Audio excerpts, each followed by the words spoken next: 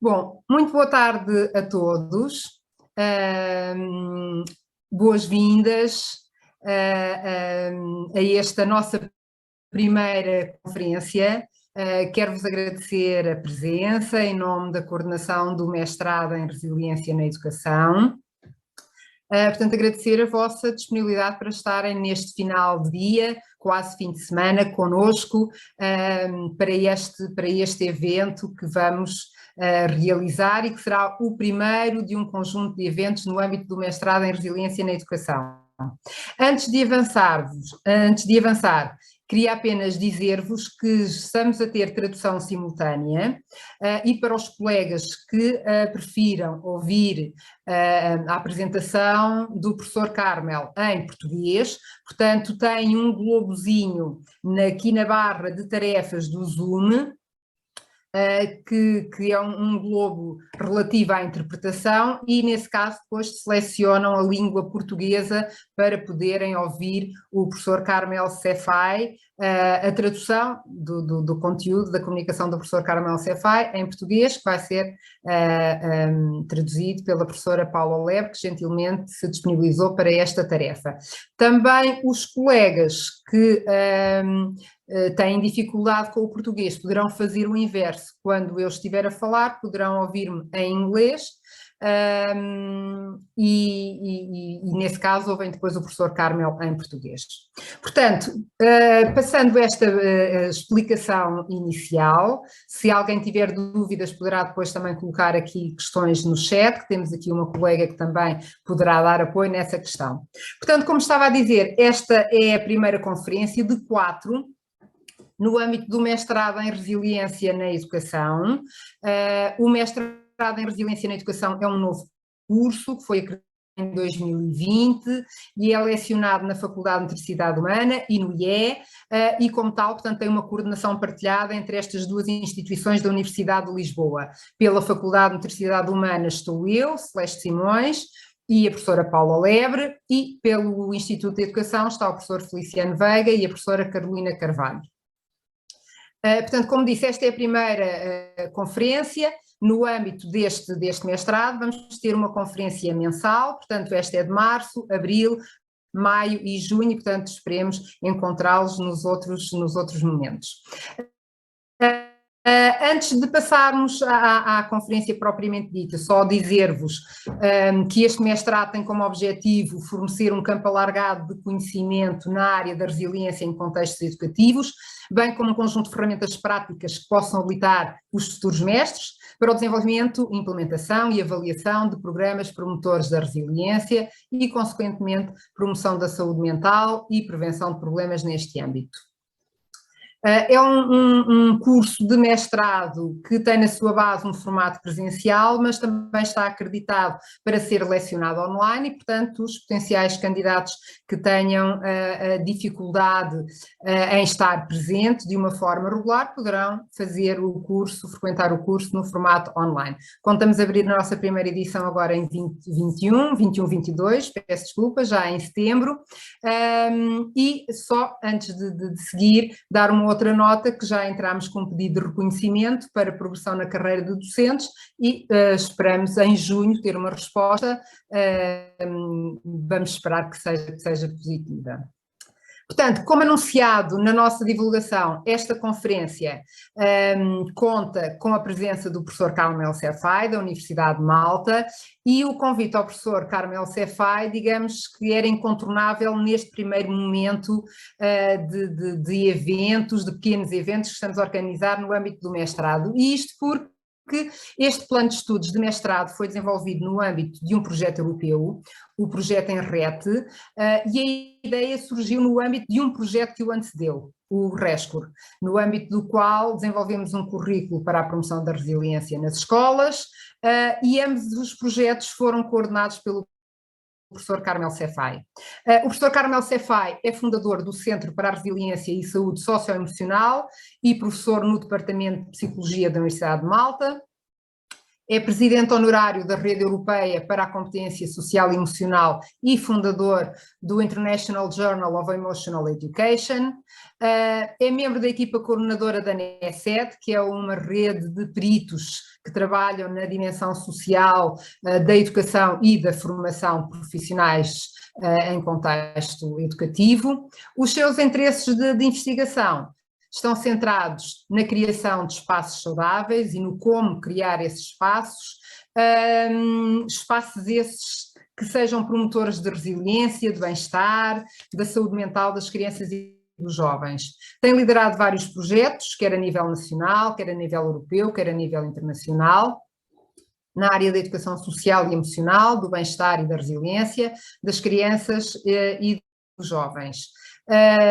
Publicou extensivamente, incluindo relatórios recentes da NESED, portanto da rede que anteriormente mencionei, nomeadamente Strengthening Social and Emotional Education as a Key Curricular Area in the EU, em 2018, a Formative Inclusive All School Approach to the Assessment of Social and Emotional Education in the EU, em 2021, e neste mesmo ano também um outro relatório, a Systemic All School Approach to Mental Health and Wellbeing in Schools in the EU.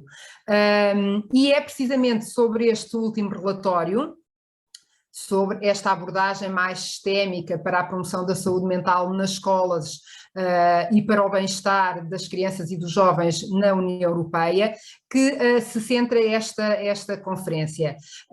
E, portanto, o relatório aborda estas questões, eu participei também neste relatório, e vem precisamente ao encontro de uma das temáticas centrais do nosso mestrado, que mais do que nunca sabemos, e estes eventos recentes também nos têm mostrado, que promover a resiliência e a saúde mental das nossas crianças e dos nossos jovens, mas também dos adultos, que se inserem nos seus principais contextos de vida, é fundamental. Portanto, mais do que nunca, e da memória que temos dos últimos tempos, é necessário saber lidar e ser bem-sucedido no confronto com adversidades, tão diversas como esta pandemia ou esta guerra que infelizmente estamos a viver no presente, mas também com eventos pessoais que vão construindo a nossa história e com um dos principais desafios da nossa vida e das nossas crianças e dos nossos jovens, que é crescerem saudáveis, crescerem bem com eles próprios e com os outros.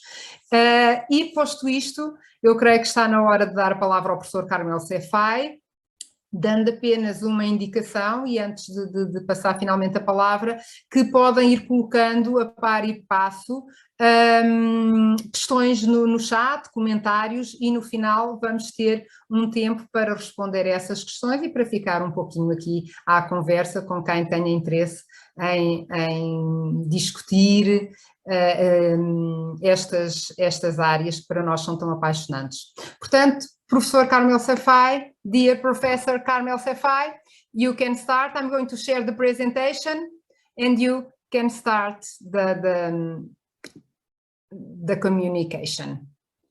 So I'm going to share just a moment for you to see.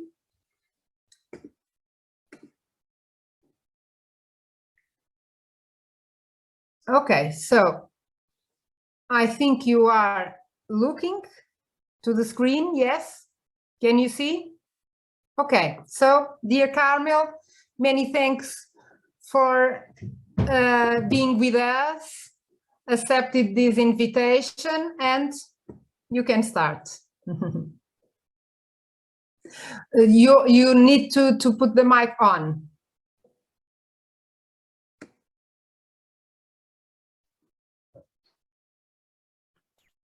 Good evening, can you hear me? Okay, so my pleasure to be with you tonight.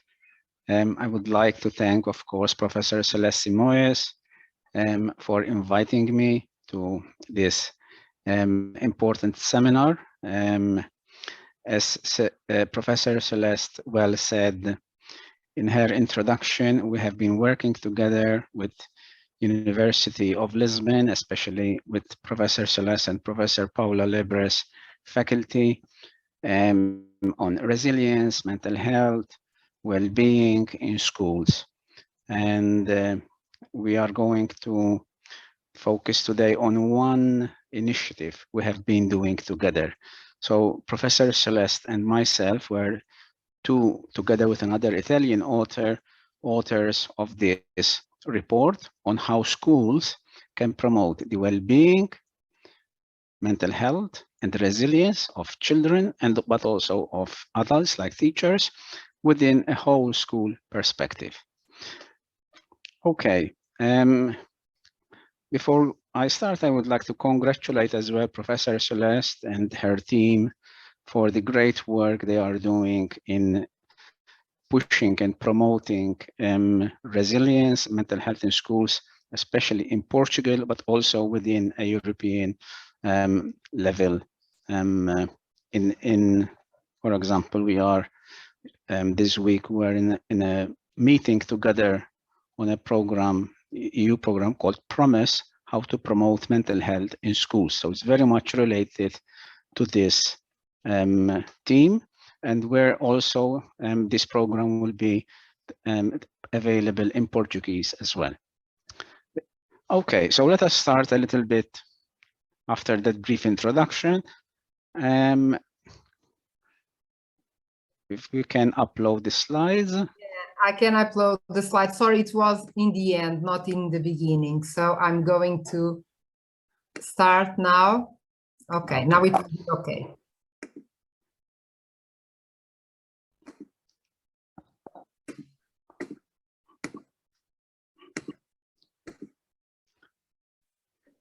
No? Sorry, something is happening here. I'm going to try again. Yeah. Okay, so now, okay.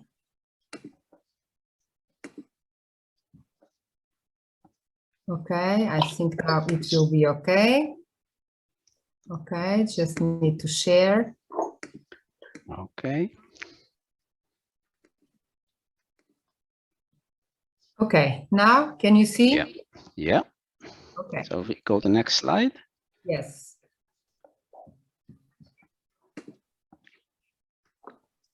Okay.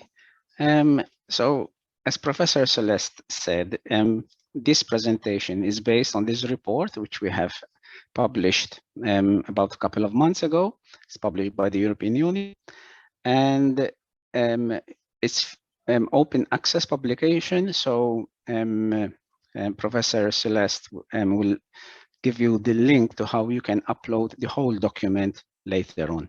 We are going to give you the core elements of the report in this brief introduction to this report, so that you have an idea what the report is about, and then hopefully, if you are interested, you can look a little bit more into specific aspects of the report.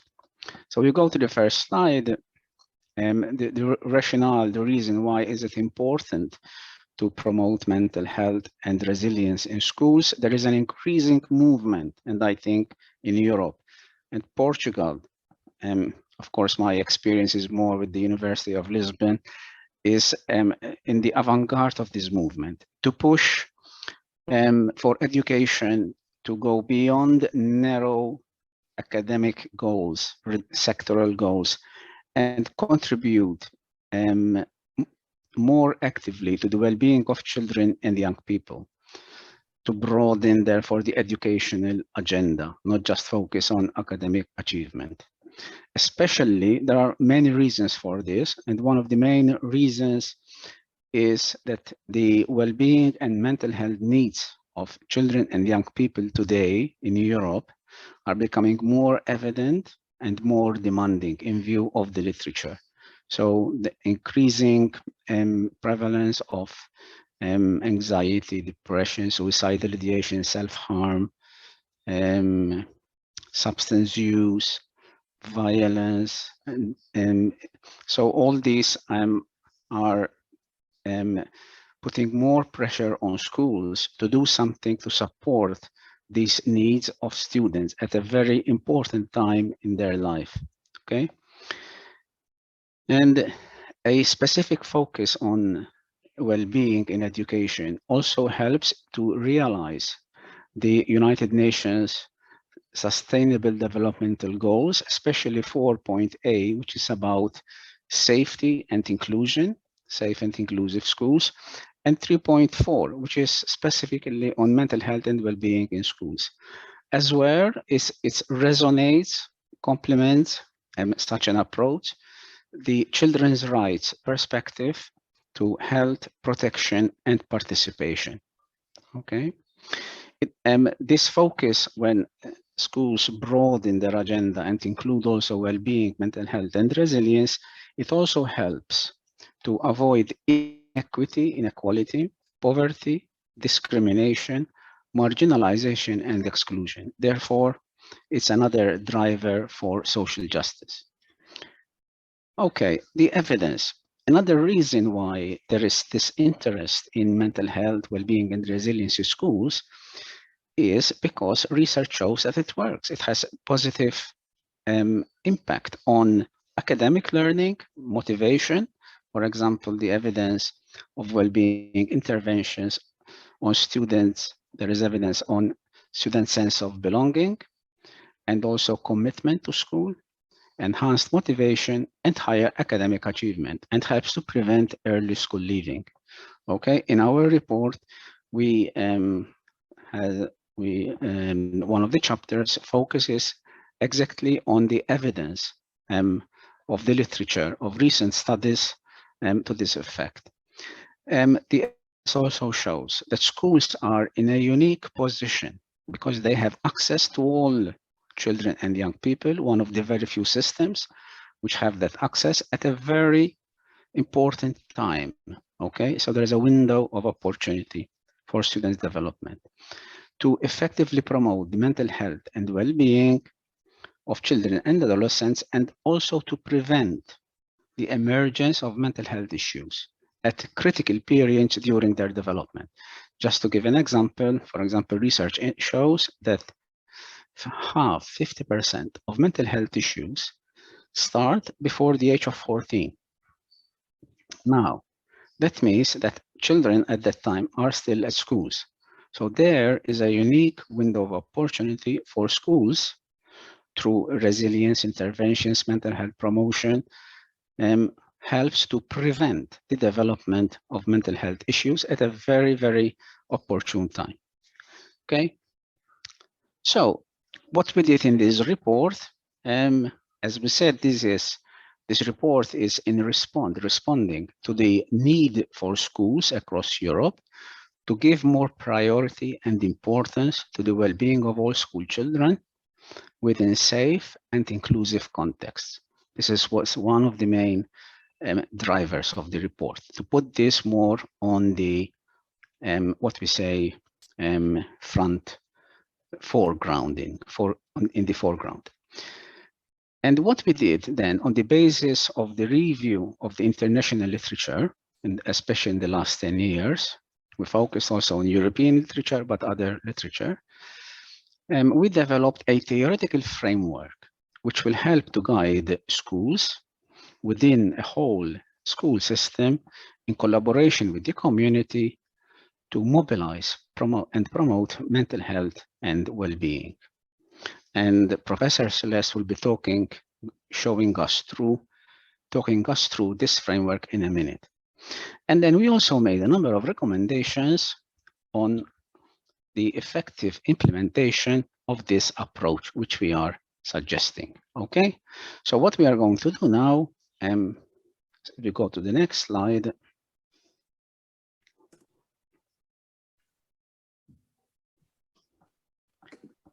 Okay, let's have a look first at the framework by Professor Celeste. Then I will come back to you later to give you propose the recommendations which we made in the report. Okay, so I leave it to Professor Celeste to show us through the framework. Okay, thank you very much, Carmel. So, agora vou falar em português, visto que a nossa audiência é maioritariamente portuguesa, para vos apresentar então este enquadramento teórico que nós denominamos de modelo, que desenvolvemos no âmbito deste relatório, portanto, como o professor Carmel disse, com base numa essa revisão da literatura, maioritariamente revisões sistemáticas, meta-análises recentes, mas também nos baseamos nas comunicações, nos relatórios e naquilo que são as políticas atuais da União Europeia para desenvolver este modelo integrado para uma abordagem sistémica da saúde mental e do bem-estar nas escolas. Este modelo centra-se em intervenções universais para a promoção da saúde mental e do bem-estar, como um dos objetivos centrais da escola, quer a nível curricular, quer a nível contextual mais alargado, para todas as crianças e jovens, sendo estas intervenções universais complementadas por intervenções seletivas e indicadas para os alunos que estão em risco ou que apresentam já problemas emocionais, comportamentais ou sociais. Além disso, este modelo também se centra num outro eixo, digamos assim, que é o da formação, da promoção da saúde mental e dos adultos que trabalham com as crianças e com os adolescentes na escola, nomeadamente os professores, mas também os seus pais. Portanto, de modo, o objetivo é que toda a comunidade escolar esteja envolvida neste modelo que é proposto. E vamos então olhar um pouco mais em detalhe para este modelo. Portanto, a abordagem sistémica à saúde mental e ao bem-estar nas escolas, aquilo que nós chamamos o Old School Approach to Mental Health and Wellbeing in Schools, engloba uma série de componentes, nomeadamente um conjunto de princípios que informam o modelo, depois um conjunto de 3 níveis concêntricos mais próximos ou mais distantes dos estudantes e que representam as componentes centrais. Estes diferentes níveis influenciam-se uns aos outros e também contribuem para o sucesso um dos outros, e depois, finalmente, os processos de sustentabilidade que apoiam a abordagem sistémica à saúde mental e ao bem-estar na escola. E, portanto, o que vamos fazer agora é olhar mais em detalhe para cada uma destas 3 componentes, portanto, os princípios, os 3 níveis concêntricos e os processos de sustentabilidade, que no fundo constituem o todo do nosso modelo, e vamos começar pelos princípios, onde temos um conjunto de 11 princípios que informam o modelo, nomeadamente, primeiro, os direitos das crianças e dos adolescentes aos cuidados de saúde, à educação de qualidade, o direito à proteção, à participação, entre outros, portanto, a terem uma voz ativa. A educação holística, que aborde os desafios do século XXI e que estão explanados em imensos documentos recentes. Intervenções baseadas na promoção das forças pessoais e da saúde para apoiar as crianças e os jovens a permanecerem saudáveis e a prosperarem a nível social, emocional e também académico. O princípio de que é importante que estas intervenções sejam organizadas no âmbito de uma abordagem sistémica integrada, que sejam inclusivas e orientadas para a equidade, de modo a que todos os estudantes tenham a oportunidade para satisfazerem as suas necessidades, sejam culturalmente relevantes, adaptadas às diversas necessidades da população escolar, que cada vez mais é social e culturalmente diversa, que tenha uma abordagem ascendente, aquilo que geralmente é referido como bottom-up approach, que seja participativa, baseada nos princípios da capacitação, democracia, propriedade, relacional, que seja que a questão das relações seja uma componente também central, deve-se focar mais nos processos sociais, tal como as relações interpessoais, o sentimento de pertença, e menos, portanto, mais neste tipo de processos relacionais e menos nos processos políticos e nas estruturas muito densas que estão envolvidas muitas vezes nestes processos, que seja multi e transdisciplinar, uma vez que as escolas precisam de colaborar de forma próxima com vários profissionais e com vários serviços de saúde mental para responder às necessidades que são complexas, de todos e, em particular, também dos estudantes mais vulneráveis ou que estão em situação de desvantagem. Depois, ter uma atenção especial ao bem-estar dos adultos e proporcionar oportunidades de desenvolvimento pessoal e profissional, e não falamos apenas dos professores, falamos também dos pais, portanto é importante também programas de educação parental, entre outros. Os assistentes operacionais, por exemplo, também são elementos fundamentais no sistema escolar e, portanto, olhar também para todos estes grupos profissionais e todos estes grupos que fazem parte da vida dos estudantes, e finalmente ouvir a voz dos estudantes, apoiando-os de modo a tornarem-se mais autónomos na sua aprendizagem, mas também na expressão das suas opiniões, de os ouvir nas suas sugestões, nas suas vontades, de dar apoio na sua tomada de decisão, de forma a que eles se envolvam também mais e de forma mais ativa nos processos escolares. Bom, portanto, se passarmos então, portanto, o primeiro elemento, os princípios que emolduram, digamos assim, este modelo, e se olharmos agora para as principais componentes, portanto, os 3 níveis concêntricos e, começando neste caso no nível mais interno ou mais proximal, a sala de aula, ela neste modelo tem 3 elementos.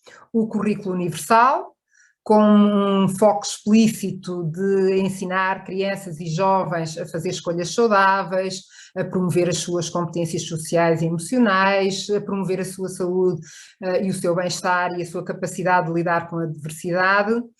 Este currículo, portanto, inclui naturalmente, como estava a referir, a aprendizagem socioemocional, a construção da resiliência, a literacia em saúde mental, que é também uma componente muito importante, ao longo de todos os anos de escolaridade, não é? Como estava o professor Carmel Cefai a dizer, temos de começar precocemente, uma parte significativa dos problemas surge no início da adolescência e, portanto, é importante que estes conteúdos comecem desde cedo, os primeiros anos de escolaridade. Um segundo elemento neste nível concêntrico, no nível da sala de aula, que é o clima da sala de aula, onde há um conjunto de processos que são fundamentais para a saúde e para o bem-estar dos alunos, nomeadamente as relações de apoio entre pares, as práticas inclusivas, as relações positivas entre professor e aluno, o envolvimento em atividades significativas, oportunidades de descoberta deles próprios, dos seus interesses, dos seus objetivos futuros, a aprendizagem colaborativa e, portanto, todos estes elementos são essenciais neste domínio da saúde mental. O terceiro elemento, a formação e supervisão de professores, que é essencial para a qualidade na implementação dos currículos e para a obtenção de resultados positivos por parte dos alunos. Neste âmbito, e salientando apenas alguns dos possíveis conteúdos neste âmbito da formação de professores, temos, por exemplo, as questões dos processos de desenvolvimento social e emocional das crianças e dos jovens, portanto, dar a conhecer estes processos, as necessidades dos jovens, implementação, conhecimento sobre a implementação de programas de saúde mental na sala de aula, a intervenção no bullying, o trabalho colaborativo com os colegas, mas também com os pais e outros técnicos que possam também fazer parte deste sistema de apoio no âmbito da promoção da saúde mental e da prevenção dos problemas, a identificação de sintomas, dificuldades nos alunos neste campo da saúde mental, mas também, para além destes elementos, o desenvolver as suas próprias competências sociais e emocionais e o cuidar da sua saúde e do seu bem-estar são também elementos cruciais neste modelo. Seguimos para o outro nível, o nível da escola, que neste caso inclui 4 elementos: o clima escolar, que funciona como um contexto de promoção da saúde e onde todos os elementos, portanto, neste clima, todos os elementos deve estar orientado de forma a que todos os elementos que fazem parte da escola, todos os seus membros se sintam respeitados, reconhecidos, apoiados, incluídos, seguros. Portanto, alguns elementos deste clima escolar que constituem aspectos-chave são, por exemplo, um sentimento de segurança física e psicológica na escola, o respeito mútuo, a inclusão, a igualdade, a bondade, a solidariedade, e estes elementos precisam de ser incorporados em toda a escola. E, portanto, aqui falamos nestes elementos no âmbito do clima da escola. Todos os membros da escola devem se sentir protegidos, devem se sentir seguros, livres de preconceitos, discriminação, de violência, assédio, bullying, portanto, devem sentir a escola como um local de aprendizagem, um local seguro, de partilha, de prazer, de ligações positivas. Depois, um terceiro elemento, o envolvimento dos estudantes. Os estudantes precisam de ser parceiros ativos no projeto escolar de saúde mental e, como tal, o seu envolvimento é uma componente fundamental. A sua participação pode ser muito variada e pode ir desde o planeamento à implementação, à avaliação de iniciativas como políticas, práticas, programas neste âmbito, até à realização de intervenções, como por exemplo as intervenções que se baseiam no apoio mediado por pares. Finalmente, neste domínio, temos a colaboração com os pais, que deve ser uma colaboração próxima, e também com a comunidade. O envolvimento destes elementos é um dos 3 pilares do quadro de promoção da saúde da Organização Mundial nas escolas e, portanto, revela também aqui a importância do envolvimento dos pais e da comunidade. Neste âmbito, a literatura refere que as escolas devem ter uma abordagem mais orientada para a promoção de competências, devem ser culturalmente mais responsivas ao colaborar com os pais, devem ser sensíveis às diversas necessidades e pontos de vista, incluindo os dos pais em situação de vulnerabilidade ou desvantagem. E, finalmente, neste nível temos 4 elementos: o bem-estar dos professores e de todos os funcionários que atuam em contexto escolar, que também precisa de ser considerado, uma vez que ele influencia as relações na escola, as relações e o clima escolar, o clima da escola, e, portanto, é muito importante que este elemento seja considerado e que hajam intervenções e ações orientadas especificamente para a promoção do bem-estar de toda a comunidade escolar, onde se incluem também os professores e os funcionários. Finalmente, no último nível destes 3 níveis concêntricos, temos então o nível intersetorial, que engloba 3 elementos: as intervenções específicas, seletivas ou indicadas para estudantes em risco ou com dificuldades emocionais, comportamentais ou sociais, como parte desta abordagem integrada da saúde mental e do bem-estar na escola. Estas intervenções devem começar o mais cedo possível, como já referimos também, e envolver contributos e apoios de técnicos e serviços especializados, que se tornam centrais neste tipo de intervenções, quer seletivas, quer indicadas, porque estamos a orientar para alunos já com dificuldades específicas. No entanto, é preciso não esquecer neste campo que os professores ainda têm um papel ativo no apoio aos estudantes, em colaboração com os técnicos e com os pais, e, portanto, os professores continuam a ter um papel fundamental também neste nível. Um outro elemento são as parcerias com os técnicos e com os serviços, que de alguma forma também já abordámos. Portanto, neste nível é necessário trabalhar em estreita colaboração com vários profissionais e serviços de saúde mental para abordar as necessidades complexas destes estudantes, nomeadamente dos mais vulneráveis e que estão em situação de desvantagem ou que já têm problemas no campo da saúde mental. E, assim, uma abordagem intersetorial, onde os profissionais, funcionários da escola, os pais, as crianças e os jovens trabalham em colaboração como uma equipa, tem mais probabilidade de assegurar que estas intervenções são centradas em quem realmente deve ser colocado o foco, portanto, na criança ou nos jovens, nas crianças ou nos jovens, e não nos serviços ou na profissão, nos profissionais que atuam ou que estão a atuar especificamente nestes casos, e, portanto, que as intervenções permaneçam com base escolar e não com base clínica.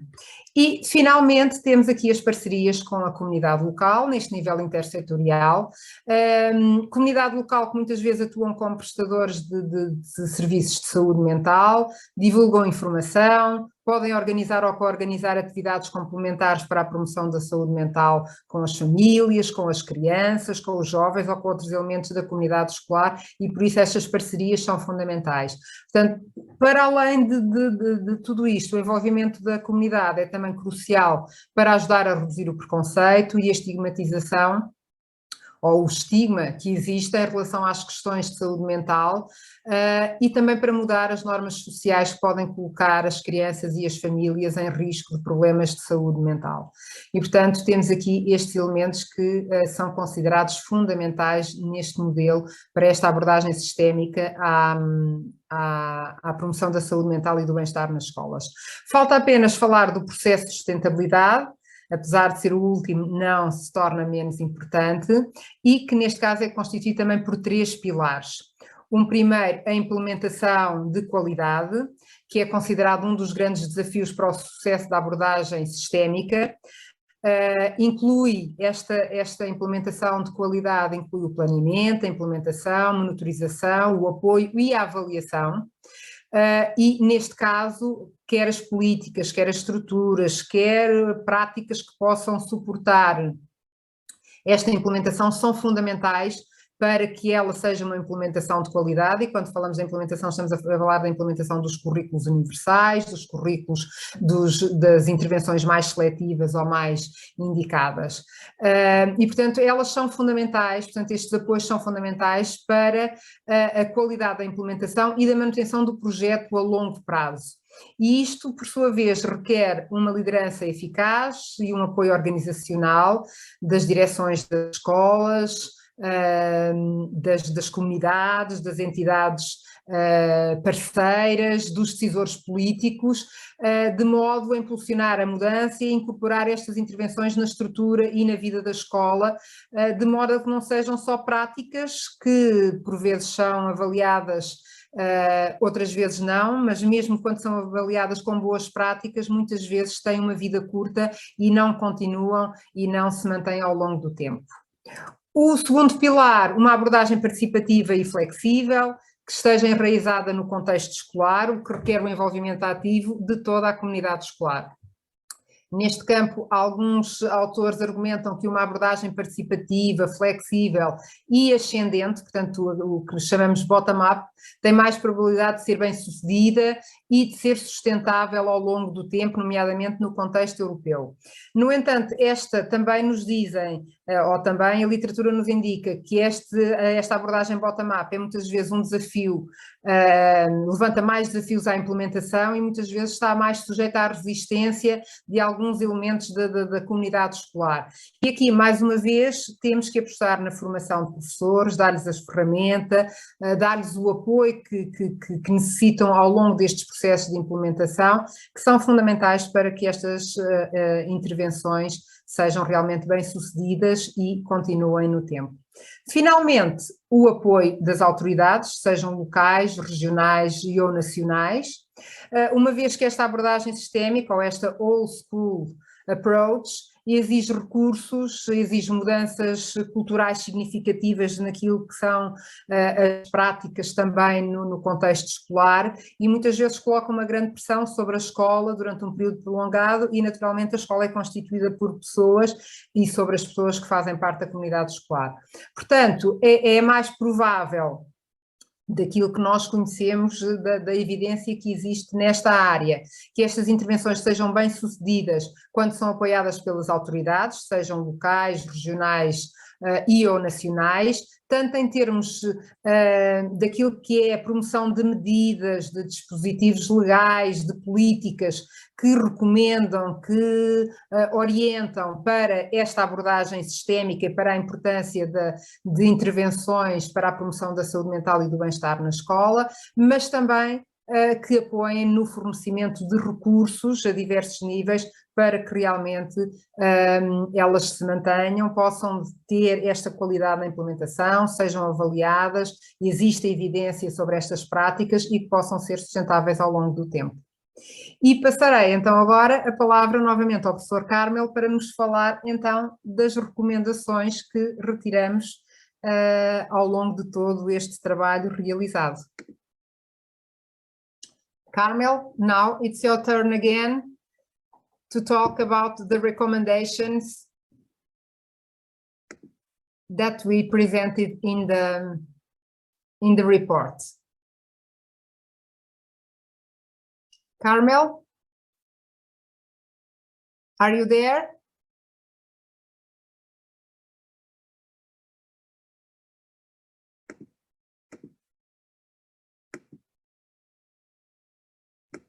Oh, can you hear me? Yes, we can hear you. Yeah. Okay, because I couldn't unmute myself. Okay. Okay. Now it's okay. We can hear you. Thank you. Yeah. So thank you very much, Professor Celeste. As you could see, that model is quite comprehensive and also complex. And I think the masters, which Professor Celeste is coordinating and will be offering as from October, will address also how you may be able to put that model into practice. And what we are going to do now, we have 10 recommendations of how that model can be put in practice in schools. And these recommendations are in one way or another addressed also in the master's program, which Professor Celeste will be leading in October. So the most important recommendation for a start is that well-being and mental health promotion should be mandatory, compulsory, key learning goal in the 21st century education. Side by side, not behind academic achievement. Okay, integrated in the curriculum and supported by this whole school approach, which we, Professor Celeste explained to us. It is also integrated in the fabric of the school context, so which pervades all aspects of the schools, okay, in the classroom, outside, in the curriculum, in the management, and sustained over time. So I think we need to start from there by giving the priority mental health and well-being deserve. Next slide, please. Okay.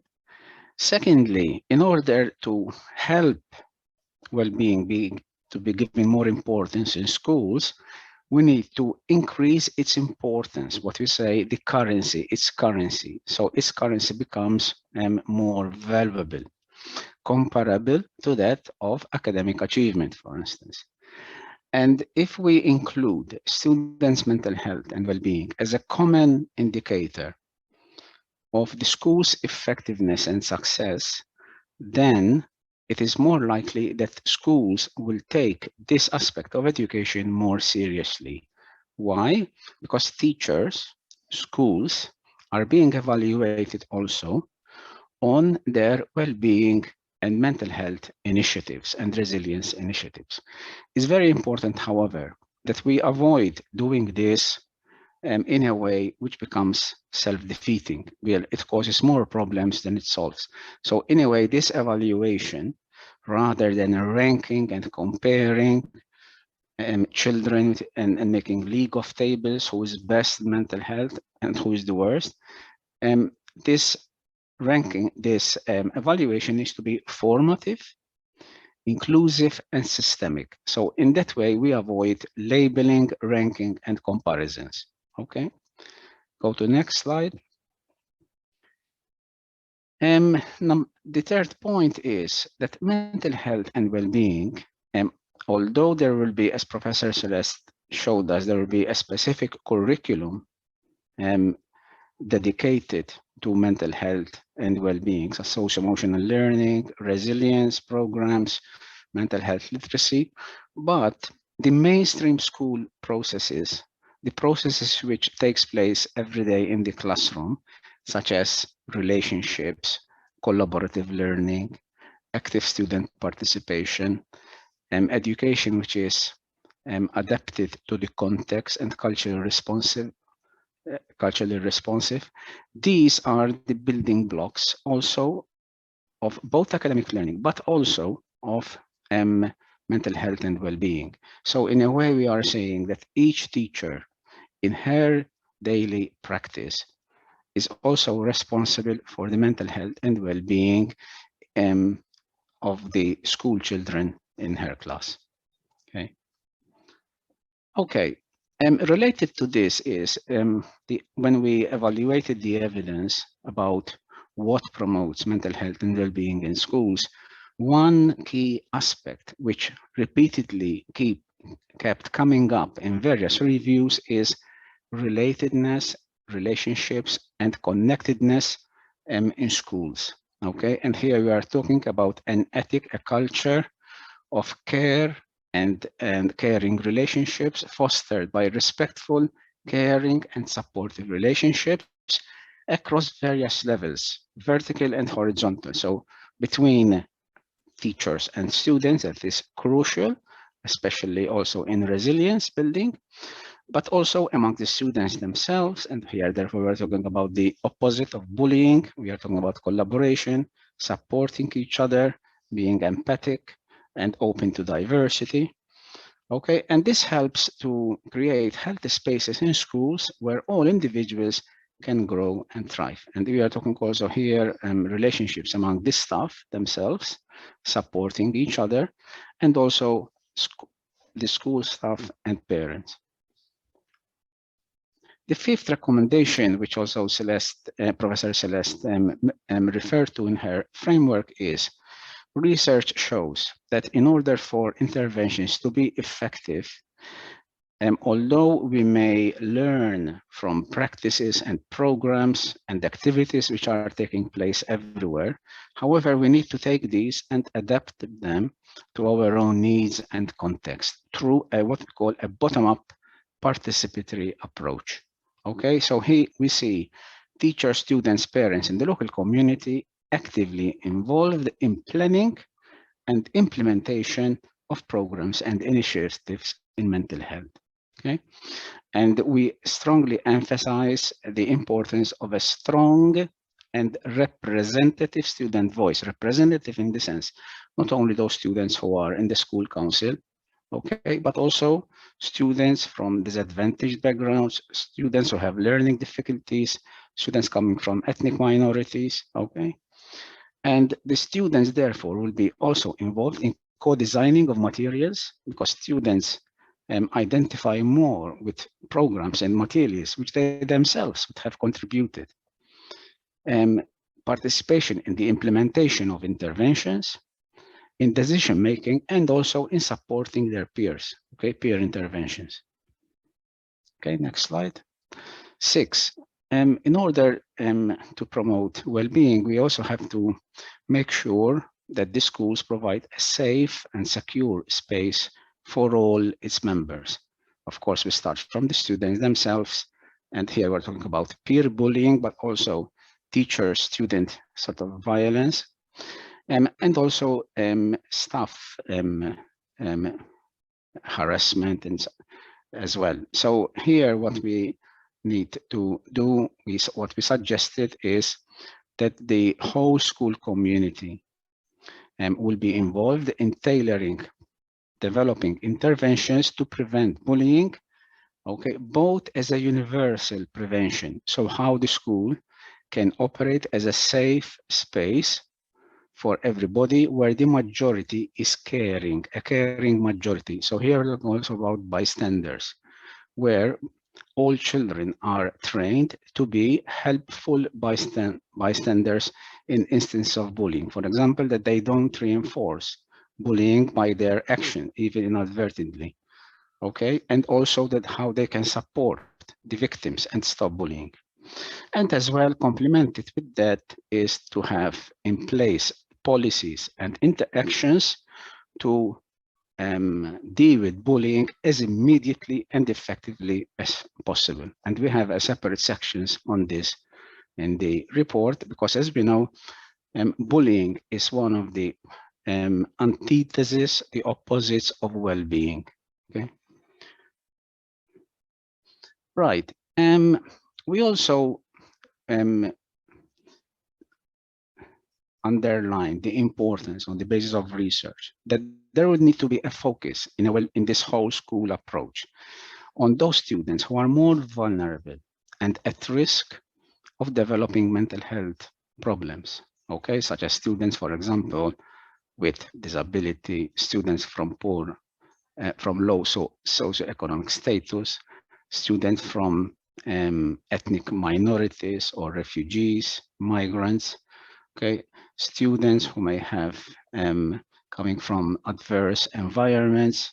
For example, we have an example at the moment, what's happening in Europe, okay, the trauma children are experiencing. So schools are in a unique position to prevent the onset of mental health problems of students who might be at risk and address the mental health needs of such students through preventive and resilience building interventions. And the resilience comes especially in focus here because we are talking about students at risk.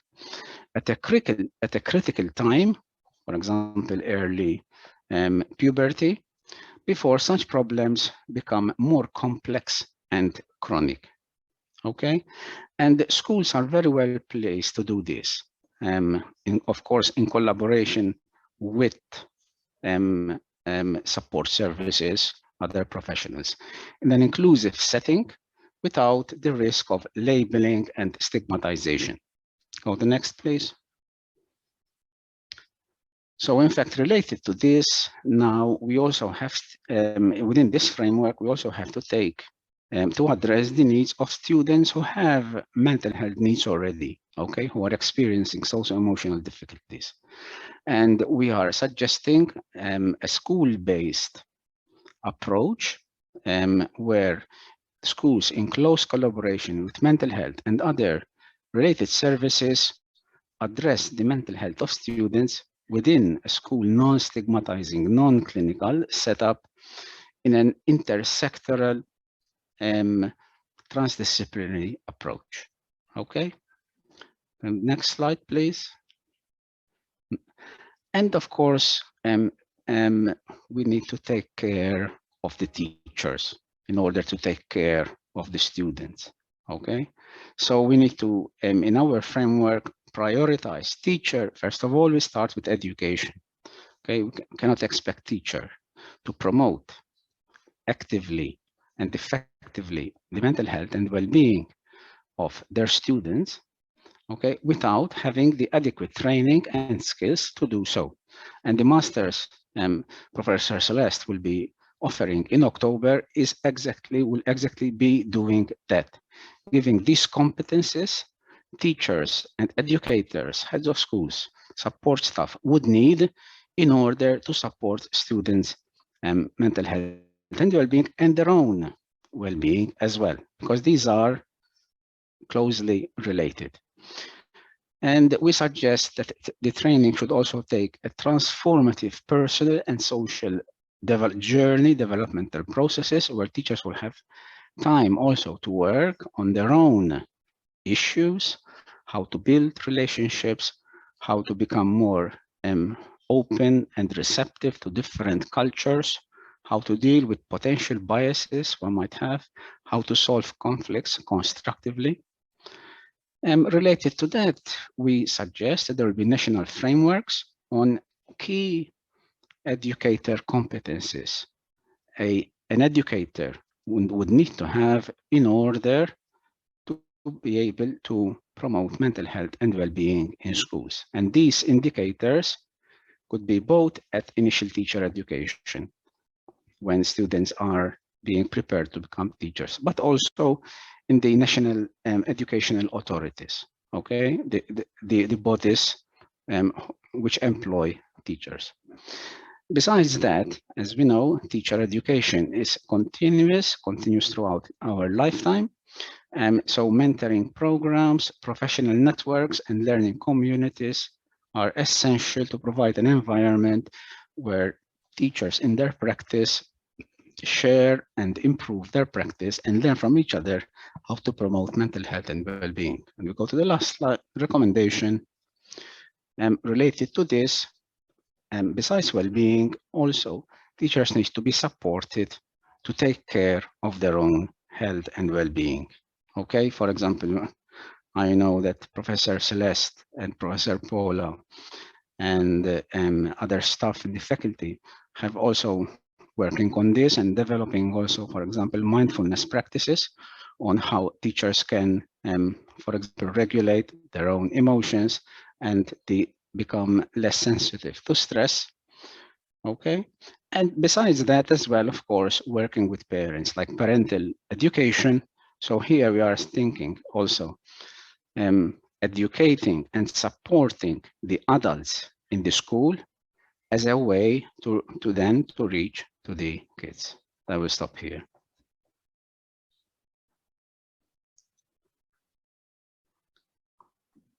Thank you very much, Professor Carmel, for your talk and for your great work a long time, and to invite us to be your partners in this journey, and to other European partners, like you mentioned recently. This week, in fact, we have been in one of those meetings for Project PROMS that focus on promoting mental health in schools. So thank you again very much for your talk. And I think that we still have some minutes for discussion. We are always very optimistic on time. We thought that maybe we will have 20 minutes for questions and answers, but I think at least we'll have some minutes. Portanto, thank you very much. We will wait a little bit for some questions to come. E agora em português, pronto, estava a dizer que somos muito otimistas em relação ao tempo, mas que com certeza vamos arranjar um tempinho para responder algumas questões ou para ouvir os vossos comentários ou as vossas partilhas neste âmbito.